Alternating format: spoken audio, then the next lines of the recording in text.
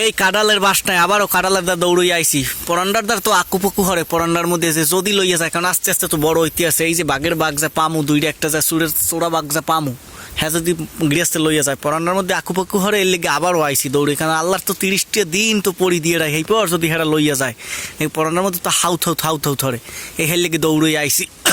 এই ফের লেগে আবার আরও একটা কেমনটা হরে বোঝেন না, এতদিন কষ্ট মষ্ট হরিয়ে রাখকে এইবার যদি লইয়া যায়। আর মগো কি একটা বাঘ নাই এতে, আর ও মাবুত, আর একা মন বড় হয় একটু হপালে বড় হইতেন না। বাঘের বাঘ মগোটা মোরা লই যাম, হ্যাঁ ক লাগবে কি লিগে। এখন খালি অপেক্ষা করতে হয় যে কতক্ষণে বড় হয়, কতক্ষণে বড় হয় না, কিনে ফুস করে হ্যাঁ কোথা হেরা ইয়ে লই যায় এখন এই মগো বাঘেরটাও যদি লইয়া যায় না, এর লেগিয়া পরান্ডার মধ্যে আকুপাকু হাউ থাউ ধরে, আল্লাহ নেলেনি ঠান্ডার মধ্যে তো হাউ থরে যে আল্লাহ নেলেনি হের লেগে তো আবারও দৌড়ই আইসি, আবারও ওই দেখতে আইসি। আল দাদা ভাই আমরা রাখলই না দাদা ভাই, কারণ এরা তো বাঘ মগও আছে তো হের লেগে। কারণ কালে যেহেতগুন হয়েছে মূর্ছ হেতগুন এই বড় পর্যন্ত হেতগুন পরি দিয়ে রায়, সেই পর্যন্ত গৃহস্থায় লইয়া যায়, হেকাল পরান্ডার মধ্যে কেমন লাগে, কেমনটা হরে হের লেগে আবারও আইসি।